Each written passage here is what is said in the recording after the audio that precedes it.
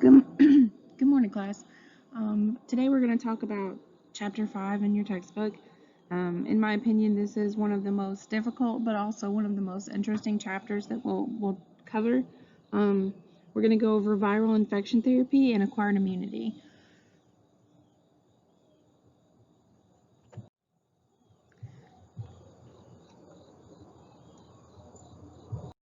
Also, if you can hear the crickets, sitting outside this morning because it's such a beautiful morning and I just couldn't stand being cooped up in my office this morning, so it'll give you some ambiance.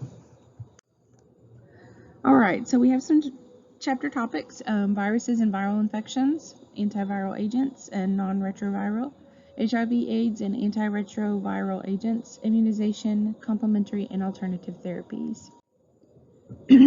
Our learning objectives are to explain the difference between bacteria, fungi, and viruses, and why the drugs used to treat them must have very different mechanisms of action. To differentiate antiviral and antiretroviral drugs by their indications, therapeutic effects, side effects, dosages, and administration. To use antiviral and antiretroviral terminology correctly in written and oral communication. To identify drugs used for HIV and understand their synergism. To describe the importance of immunization, and to identify common vaccines and their side effects. So what is a virus? A virus is a minute infectious agent that is much smaller than bacteria. Viruses are non-whole cell organisms like bacteria, which means they can reproduce on their own and often even survive in multiple environments. Instead of viruses, they consist of only segments of genetic material like DNA or RNA, and they're surrounded by a capsule or protein coating. They require host cells to reproduce. So here on the right, it gives you the stages of the viral infection. It begins when the virus attaches to a human cell. The virus then penetrates the cell, escapes into cytoplasm, it presents to DNA and RNA and the cell nucleus, and then the virus converts cell activity to viral activity, and the virus produces new viral particles. So the stages of a viral infection, such as the flu.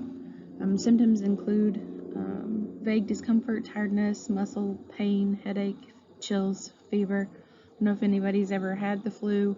Your symptoms don't feel very vague, but patients at risk for complications include the elderly, patients with cardiovascular disease, renal disease, diabetes, asthma, and immunocompromised patients. Luckily, an annual vaccination is available and recommended for those at risk. The stages of a viral infection. The first stage is the virus attaches to the cell receptors, as we mentioned before. Then the virus penetrates the cell as the cell membrane indents and closes around the virus. The virus then escapes to the cytoplasm, and then the virus sheds its covering, which is called uncoating. It's the process of shedding the coating, and presents its DNA or RNA to the cell nucleus. And then the virus converts the nuclear activity in the cell to viral activity and rapidly reproduces new viral particles. It uses the energy of the host cell to infect the cell and make more viruses. This is all lined up for you on page 118 of your textbook as well. With hepatitis, which is inflammation of the liver, various forms referred to. I'm sure you've all heard of hepatitis A, B, C. The severity range from benign to very serious. With HIV, it's considered a chronic disease. It's important to monitor for drug interactions, and regimens usually contain at least 3 drugs. They usually have what's called a cocktail of different antivirals and different antiretrovirals in combination to fight HIV. So there's different classifications of viral infections, viral duration and severity, and the extent of the viral infection. There's also latent viruses, which means that even after the symptoms of the acute stage of an infection have ceased, it's possible for a virus to lie dormant and undetectable in a cell. And this is known as latent viruses or latency. Examples include herpes viruses and HIV.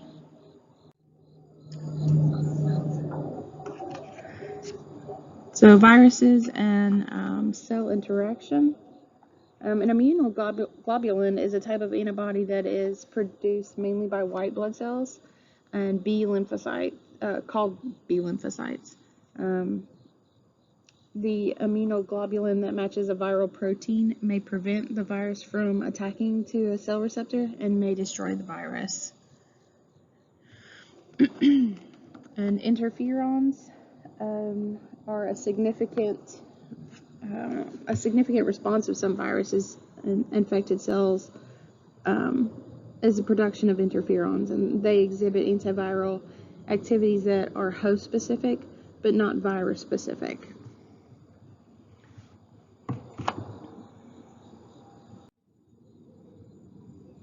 And vaccination. I'm sure you've heard, this has been in the news a lot lately, actually, the topic of vaccination and creating vaccines for COVID. There's a lot of controversy surrounding it and the process of FDA approval for that vaccination. But vaccinations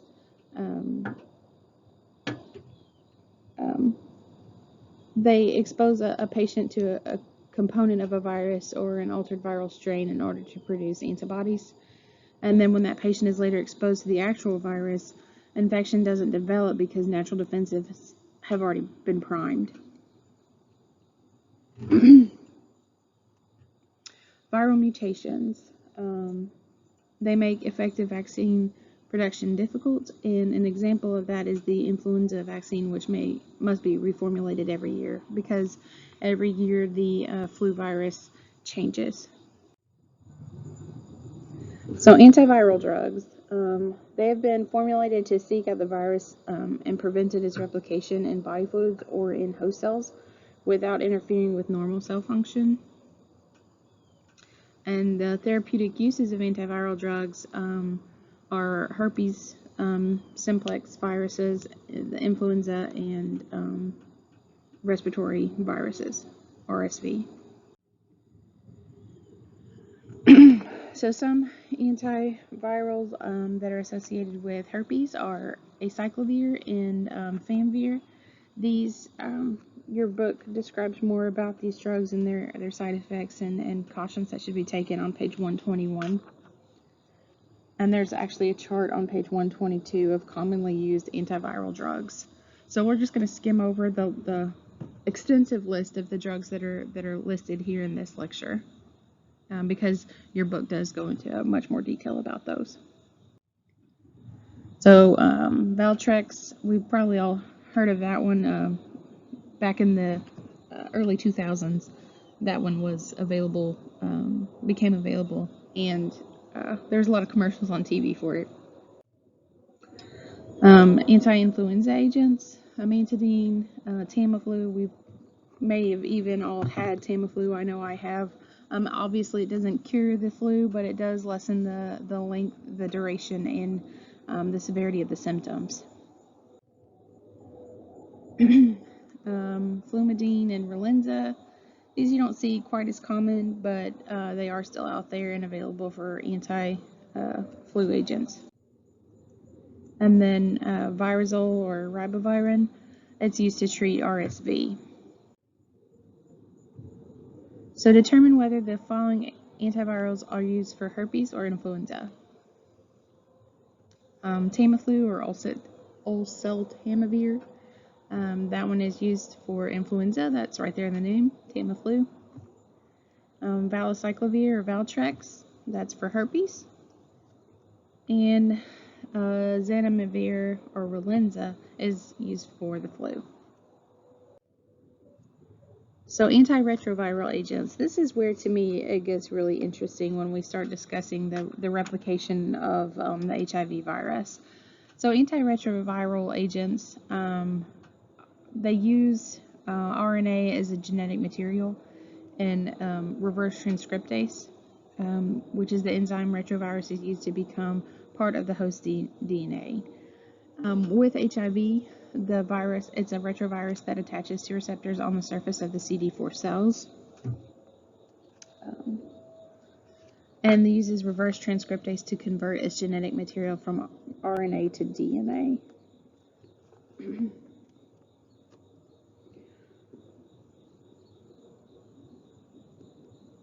So a CD4 cell is an important cell underlying the immune response in the body. And when HIV fuses with the CD4 cell membrane, which allows HIV to enter the host cell, once it's inside the host cell, HIV then releases and uses reverse transcriptase to convert its genetic material from RNA to DNA. This is discussed more in depth on page 127 of your textbook in chapter 5. But antiretroviral agents, one of the biggest problems when treating HIV is the non-adherence with a drug regimen because of the problematic side effects and complex dosing. So a lot of antivirals and antiretrovirals have some pretty severe side effects, and which causes people to not be compliant with while taking them. As I mentioned before, antiretroviral drugs can be combined in a cocktail, which attacks viral replication in multiple stages. It must be taken chronically all the time, and some cocktails are available as a single tablet.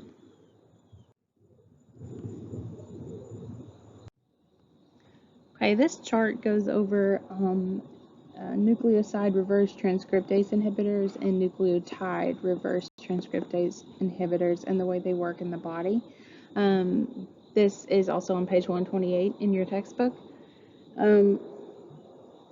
But they work by inhibiting reverse transcriptase. So this action prevents the formation of a DNA copy of viral RNA, and it prevents the virus from multiplying or hiding itself.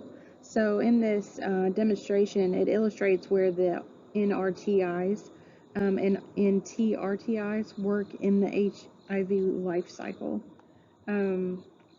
It's interesting there you can see the HIV RNA and the HIV DNA.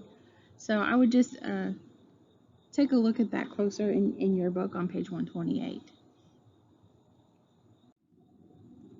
So NRTIs and NTRTIs, the way they work is they inhibit reverse transcriptase, which prevents the formation of a DNA copy of viral RNA. They do cause some nausea and diarrhea as far as side effects. Most of the time that'll subside after the first 2 weeks of taking those though. Here's some examples of NRTIs and NTRTIs. Most of your antiretrovirals are going to end in VIR, so that's a good way to know what you have is either an antiviral or an antiretroviral. So you have tenofovir, retrovir, and a lot of these you've probably seen on commercials as well if you watch much TV. The Descovy for PrEP, that's one of the medications that we're going to talk about in here as well. So all of these medications are on page 129 in figure or the table 5.2, which goes into more depth about common dosages and side effects and the pronunciation of all these medications as well. So protease inhibitors, the way they work is they decrease the formation of the protease enzyme, which cleaves certain HIV protein precursors necessary for the formation of new infectious virions. They're typically combined with other HIV drugs, and they can either be given separately or some of them are even combined with those medications into one tablet. So we have Prozista and Rayataz. These are also on page 134 of your textbook in table 5.3.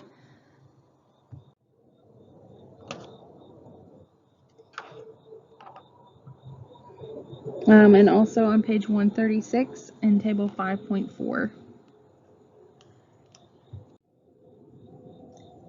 So these are some of the combination medications, Coletra and Viracept.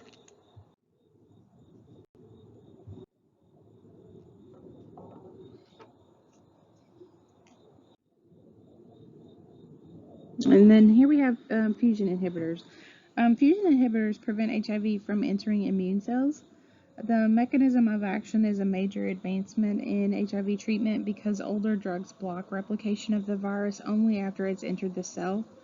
And in your book, Figure 5.1 and Table 5.5, they go over these a little bit more.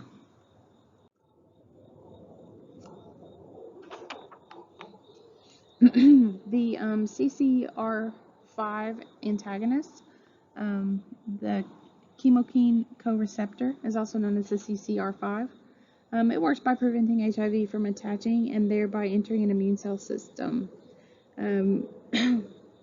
Figure 5.1 is also a good illustration to see those and how they work. There's only one drug in this class, and it's here the Maraviroc.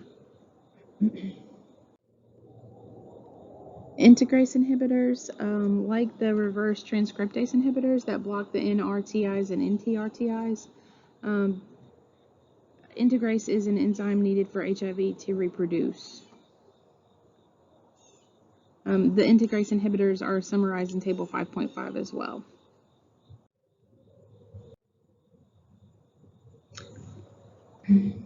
So this is interesting. The raltegravir film-coated tablets and chewable tablets or oral suspension are not bioequivalent, and what that means is that they can't be substituted on a milligram for milligram basis.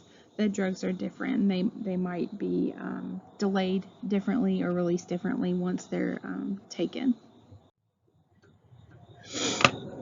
So as a future healthcare worker, this is something that you all will probably need to know. So if you are exposed to HIV as a healthcare worker, you may be exposed to blood and other body fluids or needle stick injuries. One of the things that you'll have to do is, like at UK, for example, if you're exposed, you have to go to employee health or the emergency department. They'll draw your blood samples and then they'll begin you on a post-exposure prophylaxis or PEP. It can decrease your risk of infection by 80%, and you should start that within 2 hours of your exposure. As a pharmacy technician, that's not going to happen too often, but you never know. So it's better to know what to do and react proactively. So combining antiretroviral medications, there's advantages of those. It has improved adherence because it lessens the severity of the side effects of taking each medication separately. The disadvantage is that the fixed doses are unsuitable for unstable patients. And there's some examples down here as well. So what major classes of antiretrovirals are used to treat HIV? Nucleoside reverse transcriptase inhibitors, or NRTIs. Nucleotide reverse transcriptase inhibitors, or NTRTI. Non-nucleoside reverse transcriptase inhibitors, NNRTIs. Protease inhibitors, RPIs, and integrase inhibitors. So immunization is the process where a person acquires immunity or resistance to an infectious disease. Usually there's two ways of people acquiring immunity, either actively or passively. Passive immunity occurs when performed antibodies are transferred to an individual. An example of that would be to include a mother transferring antibodies to her fetus during pregnancy, or an injection of immunoglobulins, which would be an artificial pass. And we also have active immunity, which is the process of the body making its own antibodies to a pathogen. Active immunity is acquired naturally and occurs when a person is exposed to certain pathogens. Active immunity that is acquired artificially typically results from a vaccination. You may have heard of herd immunity. That's also been in the news lately. If you get on social media a lot, there's a lot of arguments against vaccination for COVID because people think that we need to acquire herd immunity. But it's also known as community immunity, which describes a situation where a sufficient portion of the population has immunity to an infectious disease, usually through a vaccination, but it can also be through prior exposure. In community immunity, in theory, It makes it less likely for a disease to spread from person to person, and protection is extended to those within the community that do not have immunity because they wouldn't be exposed to it.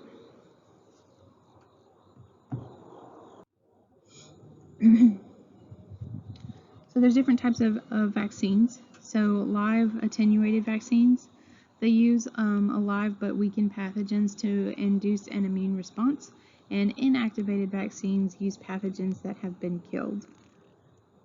So this here on the right is about the community immunity that we just went over. As a pharmacy technician, if you go into a hospital setting and you work in sterile compounding or hazardous compounding, sometimes the live vaccines will have to be compounded in a chemotherapy hood because it does have particles of that live virus in it.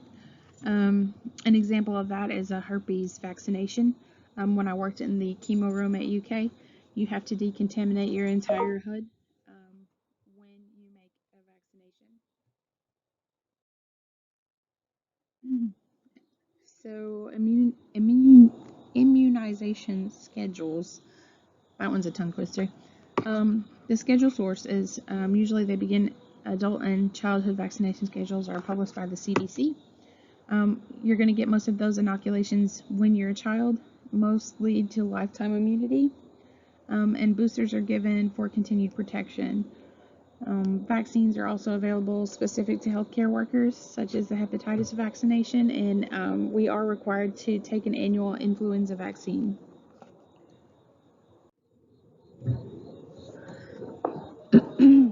So the role of the pharmacy technician among the common vaccines, we can screen patients, complete necessary forms, stock and store vaccinations, and draw up vaccine for pharmacists to administer. That's going to happen more in a retail setting. In a hospital setting, your nurses or physicians are going to be the ones injecting the patients most of the time.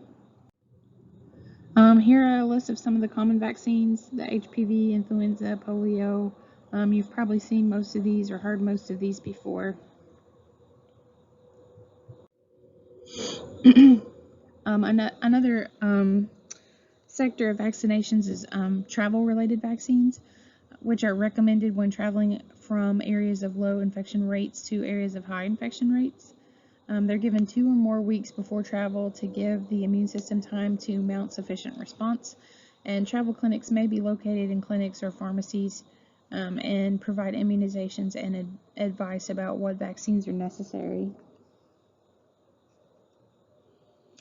Some examples of those would be ones for hepatitis or cholera.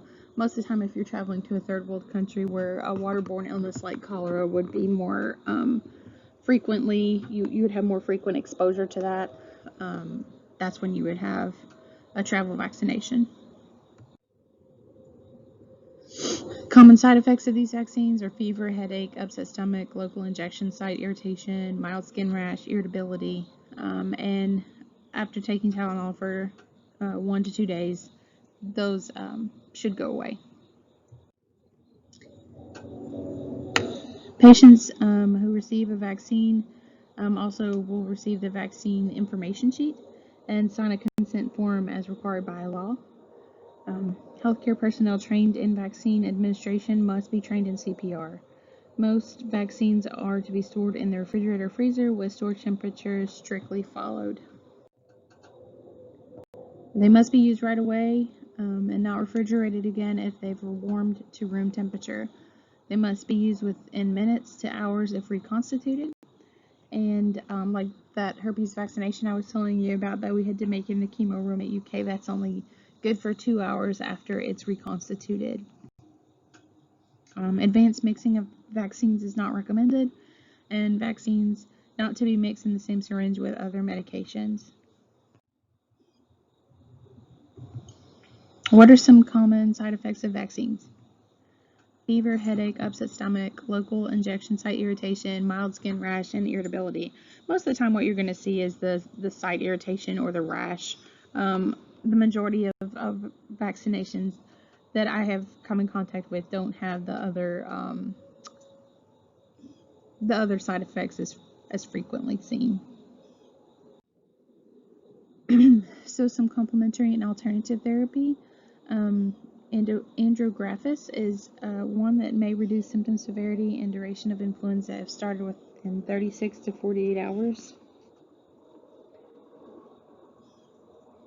It has been widely used in Indian folk medicine. It's also referred to as Indian echinacea. Colloidal silver is used topically and orally for infections. There's different side effects listed there, and in fact, on page 151 in your textbook, there's a picture of two hands side by side, one that has kind of a silverish blue tint that has been repeatedly exposed to that colloidal silver. Elderberry also may be used for influenza when initiated within 48 hours of the symptoms. All right, here's our chapter summary. Viruses replicate by using the host cell's metabolic process, and anti-herpes agents include acyclovir, famciclovir, valacyclovir, and valganciclovir. Anti-influenza agents include amantadine, oseltamivir, oromantadine, and zanamivir. And HIV is a virus that converts its RNA into DNA and inserts the copy into the DNA of the host cell. The standard of care for HIV patients involves a combination of antiretroviral drugs, and the CDC releases vaccination recommendations and schedules. If you all have any questions, let me know.